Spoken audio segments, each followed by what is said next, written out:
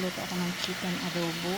Magluto po tayo ng chicken adobo with patatas. So, aking ginawa ko muna ay ginisa ko yung bawang, sibuyas, ayan.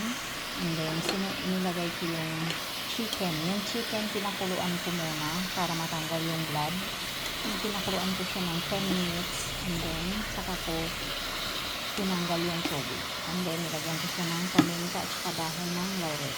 So, ayan, maglagay tayo ng 3 tablespoon na soy sauce. Dahil hindi na mild lang ito na soy sauce, lagyan natin siya ng 4 spoon. And then, maglagay tayo ng suka. Apple cider vinegar ang aking ginamit. Lagay ako ng 2 spoon.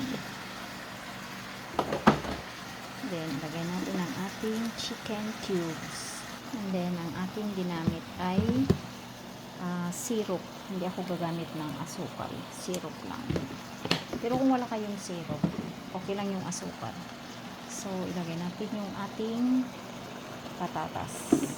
Ayan. And then, nag-add tayo ng 1 cup na tubig para maging malambot ang chicken. Then, takpan natin siya hanggang sa maluto.